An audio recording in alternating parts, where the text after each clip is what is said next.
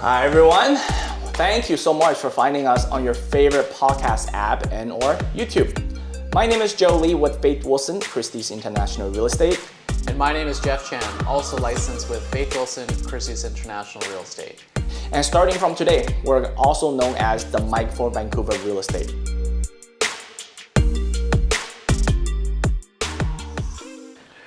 Jeff. Hey Joe, how's it going? Podcast day. I'm always excited for podcast day. Yeah, honestly, every time I learn so much, and I think our listeners do too. That's why you guys keep coming back. That's right. That's you right. may or may not have noticed that the scenery in the background has changed a little bit. We're trying out a new angle. So if you guys are watching on our YouTube channel, please let us know. However, one thing has not changed. What is it? What didn't change? It's your shirt, bro. You forgot to do laundry. I was really hoping you didn't find out. I was really hoping. No, I did do laundry. Yeah. Okay. I just didn't think that much. I just thought, podcast day. Okay, Yeah. This is my best shirt for It's your podcast. favorite color. It's I'm all just good. gonna take it. Baby blue, one of my favorite colors. Let's go. Yeah. When I got here, I was like, oh, right. Yeah. I wore the same thing as last It's okay. week. Most of you guys are probably listening in your car and anyway, so you don't even see. Oh, my God. But we do apologize in advance. Today's topic can be a little bit more dry. I got my coffee ready. Yeah, and if you guys are on your morning commute, we hope you do too. That's right. Right. Joe, why don't you tell us what we're talking about today? Yeah, so September is here. Apologize, pull you in on Labor Day trying to do this, but we had a commitment. What we're talking about, we're back to our educational series. Last month, we talked about inspection, what you should know about inspection. This week, I feel like we should talk about something that a lot of people do know. Yeah. However, they just know that it's something that they have to pay, and then they could care less about everything else. What I'm really talking about is property transfer tax. A lot of people are just like, oh, it's a soft cost. I just have to pay it. But what we wanted to do is really just kind of educate you guys of the what, the how, the when, and the where. So Jeff, as per usual, why don't you start with the history of property transfer tax? How do you calculate it? And then I guess we can have an open discussion about some exemptions. I'm pretty sure a lot of the listeners wants to hear about that, and maybe some other details. So of course, and if you guys have never heard of property transfer tax, no problem. That's why we're here, and we're all going to learn something today. That's right. So let's do a quick history lesson. One of my favorite subjects back in school. Originally called the property purchase tax, or PPT for short. That's the abbreviation we're going to use today. This was actually introduced in 1987, which is about how old Joe is. This was when average home prices in Vancouver were below $200,000, and it was introduced by Premier Bill van der Zalm as a wealth tax. Because back then, 95% of the properties did not qualify for the tax at the time because they were all under $200,000. Now, immediately I have some alerts and bells going off in my head. It's like, in the last 30 years, did all of a sudden everyone qualify as a wealthy and rich individual in Vancouver? I know I don't consider myself as wealthy. I don't know if you do. Well, I guess in a way, it's like we made more money than the people in 1987, but they didn't calculate about everything else, cost of living, everything else. Fair, okay, maybe on income alone, yeah, we were considered wealthy by 1987 standards. That's right. Now, after that introduction, there's also been some changes that the government initiated, and in 1994, they introduced the first-time home buyers program, and continue to modify it throughout the years, which we will cover. They initiated the newly built home exemption in 2016, which we'll cover. And they added an additional 15% of PPT on foreign buyers in 2017, which they then upped to 20% in 2018, which, if you guys remember, back in 2018, that kind of caused a big stir, and we did go through a mini crash in the real estate market because, put yourself in their shoes as a foreign home buyer. All of a sudden, I'm buying $1 million home. I got to pay an extra $200K. What the heck? No, it's true. It's true. And just like, a lot of things, it's the concept of introducing this that made everybody kind of pull back because they're just like, oh, I don't know like how much this will impact the market. But now that we're in 2022, there's actually multiple reports that says that, in fact, there wasn't even that much foreigner that's kind of buying into Canada. And that's why the impact of this actually the news article impact is much greater than actual content of the whole 20%. Which I think generally that is the case whenever any big news comes up. Everyone's a little bit more hesitant, cautious, and then things settle down. That's right. Now, property transfer tax generally is calculated this way. You pay 1% on the first 200,000 and 2%, on the balance of the purchase price. Mouthful, really mouthful. That's kind of a complicated and confusing way of saying it, and generally Joe and I like to inform our clients to calculate or think about it in this way. Take the full purchase price, Yeah. do 2% Yeah. minus $2,000. Much easier for mental math. Much easier. Now, of course, that only applies to properties that are under $3 million. That's right. If you are in the bracket where you're purchasing a home over $3 million, congratulations, dinner's on you. There is an additional 5% that you have to pay for anything more than $3 million. Correct. Now, the common misconception here is that people think they're paying 5% on the total purchase of anything that's over $3 million, which is not true. It's only the amount that surpasses that. For example, if you're buying a home that's $3.2 million, you're only paying the 5% on the $200,000 that exceeds the $3 million. Correct. Makes me think about income tax brackets. I think this is probably the best way to relate it, because once again, if you make over $200,000, it's not like you're going to be taxed like 40+% on the whole $200,000. Yeah. There's a scale that you go up from that, and this is exactly the same case. Yeah, so it's kind of fair in that it's a tiered system, like the more expensive the place, you do have to pay a little bit more tax. Exactly. So thank you for that. So what I will add on to is kind of the calculation. What is it based on? A lot of people just go, oh yeah, I bought it for that, and that's the kind of the property transfer tax amount, right? Yeah, that is the 99.99%. That is the case, but there are some exemptions, right? Or some different unique scenarios. Yeah. So let's quickly just talk about this. Fair market value, there's really two ways to kind of break this down. There is kind of the open market and the non-open market. The open market is what I just talked about and what we're all accustomed to. Hire a realtor, put it on MLS, do an open house, get people to come in, and then, they like it, put down an offer, and that agreed price that you guys are talking about, you guys agree upon, that is generally the fair market value. Right? Now, there's really two scenarios that would really challenge this if you decide to go this route on fair market value. And that is mostly what happens between the accepted offer to completion date. Because guys, don't forget, your taxes is generally calculated on completion date, not on the accepted offer. I'll give you two perfect scenarios. What happens if, number one, the value has really decreased between accepted offer to completion, or number two, how happened the condition has changed. Yeah. I'll give you an example. Let's say we bought on January the 1st, and our completion is on April the 1st. Okay. What happens if between January the 1st to April the 1st, the real estate market tanked 25%? Not good. Not good, right? You need to recalculate at what a fair market value is at that time. That is what we call the value of the home.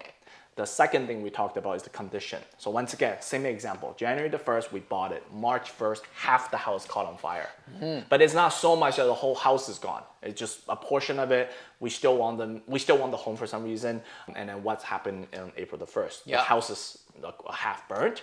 Well, the condition on the house is no longer the same. This is where things gets a little bit debatable, and then that's where you're gonna have to probably hire a lawyer and then really kind of go deep right into talking to the other side about, okay, this has happened, what is a fair market value, right? So that is the open market, and it's much easier. Now, what happens if it's not an open market? Example, I have a home, or so you have a home, I want to buy it from you. Yeah. We are not testing the open house. We're not even putting on Paragon or the Realtor Web.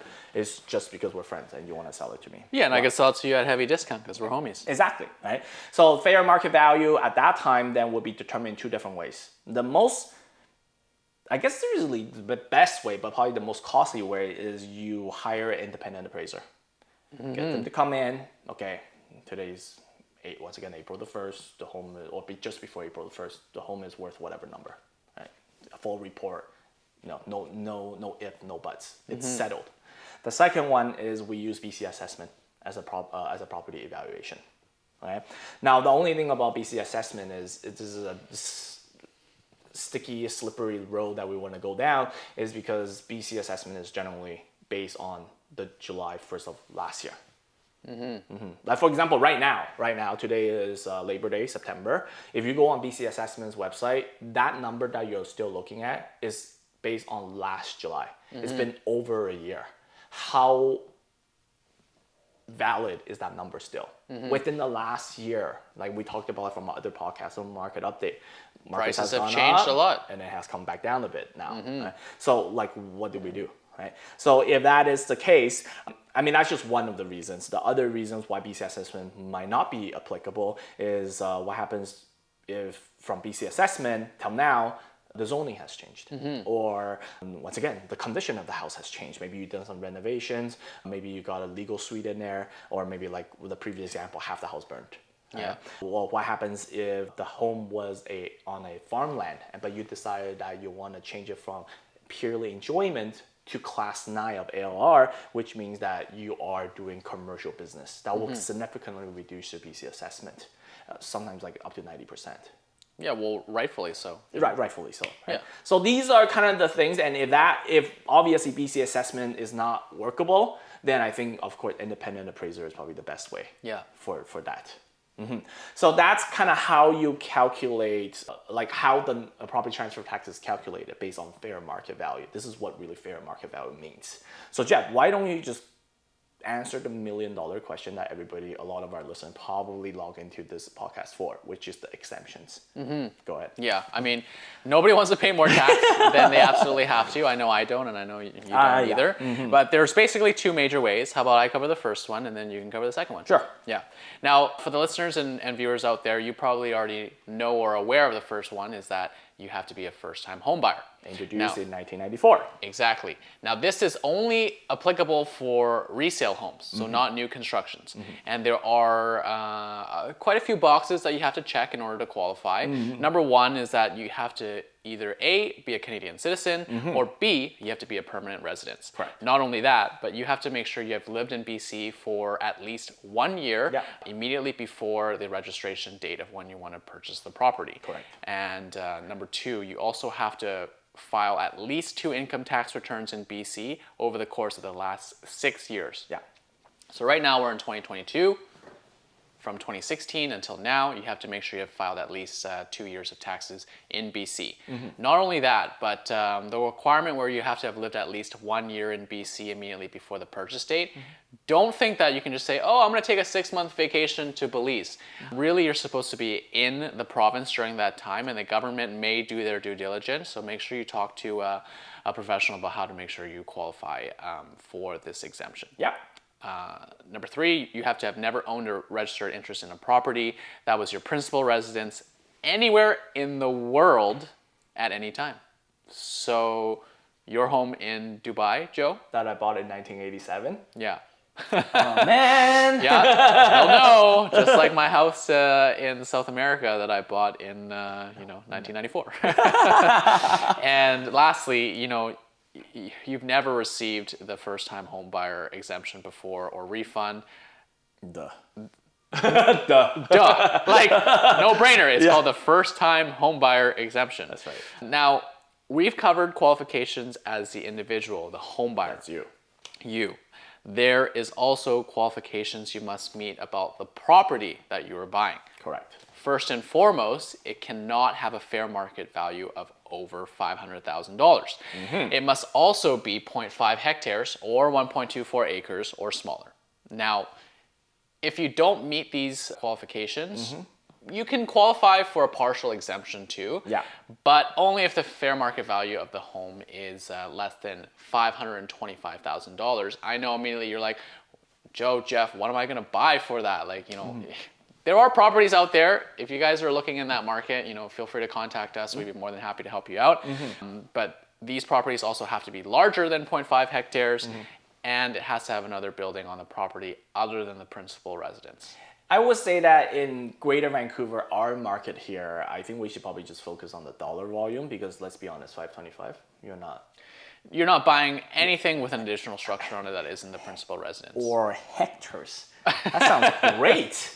I want a hectare. Yeah, if you guys know any pocket listings like that, please let us know. We would gladly invest or find you an investor. That's right. Now, one of the things I guess I'll add before I move on to the second exemption is that obviously you being a first-time home buyer, this has to be your primary residence. You know, Jeff, you can't go buy that home and you're a first-time home buyer. You're like, oh, that's for investment. I'm renting that out. You basically if that is the case, you have forego your first-time home buyer exemption. Okay. Now, let's talk about the second way. Now, the second way is, say, if you buy a pre-sale. Now, that is including if you're buying a house that's constructed on a vacant land, or if you're buying a manufactured home, like a mobile home, on a vacant land, or thirdly, and this is probably what's more applicable for all of us in Greater Vancouver, is if you're buying a brand new pre-sale, either condo or townhouses. Now, if you want this exemption, let's just quickly talk about what your requirement is. Now, of course, your requirement is you must be a Canadian citizen or a PR. They will ask for your SIN number. You are located in BC, and you are going to be using this once again for a primary residence. So I can go around the corner and buy that new pre-sale that we have here in Richmond, and then be like, oh yeah, I'm buying that and rented it out, and I don't want to pay property transfer tax. Okay? And here's the key thing, and it has a fair market value of $750,000 or less. You said $500,000. Yeah. This is now $750,000. This sounds much more enticing and interesting. As you can tell, this is more of the updated version. That's right? And let's say that you purchase something just a little bit over $750,000. Don't worry, just like what Jeff said, you are entitled to a partial exemption. Now, in this case, if you're buying a pre-sale, then it is going to be anywhere between $750,000 to $800,000. Okay. And of course, how is this partial exemption calculated? It's a pretty complicated formula. So instead of us trying to explain it, it's exponential, by the way, too. It's not a straight line. Why don't we just post it on the link in the descriptions of the podcast or the YouTube? And then if you're interested into, for example, how much rebate you're going to get if you purchase something for $783 or $820, then just click on the link and you'll be able to kind of see. Okay. Now in Vancouver, another thing that happens quite often, as said, is that for first-time home buyers, even a $500,000 or $750,000, it's quite difficult for a lot of it's still a lot of money. Still a lot of money. So what they do is, we all heard this term before, is called the bank of mom and dad. The best bank in the world. Low interest rate. Zero interest rate bank. And no qualification process. There we go. And what happens is that if that particular situation, let's say I'm a first-time home buyer, mom and dad is trying to help me. However, not only are they helping me with the down payment, I also need their name on the mortgage because my income working at whatever is just not enough. So mom and dad almost had to step in and use their income just to boost it up. Now that mom and dad's I guess their name is on the mortgage, that means that their name also needs to be on the contract. Now, how is this calculated? Do you just lose all your exemption? The answer is no. If that is the case, then what they do is they will ask for percentage of ownership. Okay, so let's say that mom and dad is going to be paying some of the money, but they obviously want the best for me. Then what they say is, oh, maybe we'll do 40% under mom and dad's name, 60% in my name, maybe because predominantly a lot of the down payments for me, and obviously I'm paying for the monthly payments. So what that would mean is that 60% of the purchase price will be exempt from property transfer tax because I'm the first-time home buyer. And the 40% that mom and dad is helping and their percentage of ownership, that will still be applicable for property transfer tax. So it's still proportionate. It's still proportionate. Now, in the last 10 years, I've been hearing this a lot, and I have experienced this with some of my art clients as well. It's like, oh, okay, well, let's take the same scenario. Why take 40%? I want the best for my kid. Well, let's just try to save as much tax as possible. Let's go 99 and 1%. That, I would say, is we're not encouraging it, neither are we discouraging it. I just think that if this is what you are trying to do, before you do it, you have to talk to whatever representative, a lawyer or an accountant. All we're going to say on this podcast is the CRA knows and the CRA will look. tread carefully. Yeah, like Joe said, we're not advising you one way or the other. We're just here to share information and knowledge with you. And the decision at the end of the day is up to you guys. Because this is definitely getting beyond the scope of our work as real estate agents. Yeah. And then I guess this is also the time that I also want to quickly mention right in the beginning of the podcast that you said about what happens if you're not a PR or obviously you're not a Canadian citizen. We're talking about foreigners. And a lot of listeners might have heard this is called foreign tax. Yeah. And the foreign tax, of course, is additional to everything that we have talked about. And is now in 2022 is additional 20%.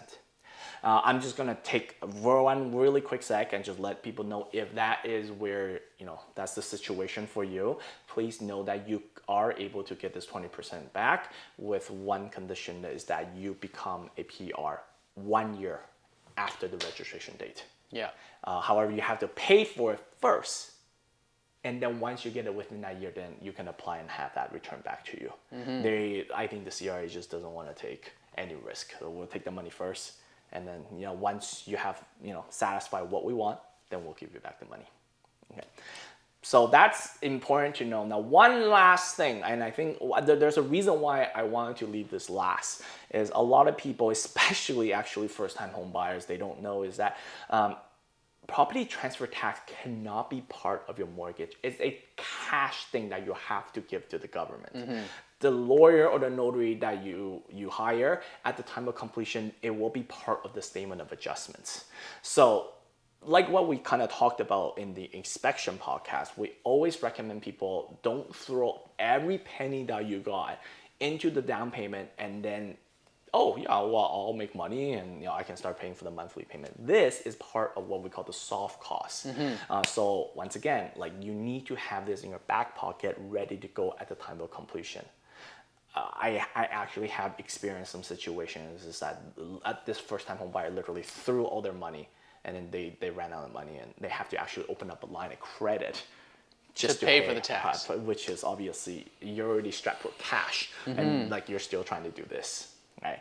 So that is pretty much it, Jeff. In terms of what I want to cover in terms of property transfer tax, my coffee is still half full, so I think I did a pretty good job. Yeah, hopefully you guys haven't fallen asleep on your morning commute. Yeah, that is all about property transfer tax. If you made it all the way here, thank you so much. Joe and I appreciate you guys a lot. And you are the whole reason why we started this podcast to begin with.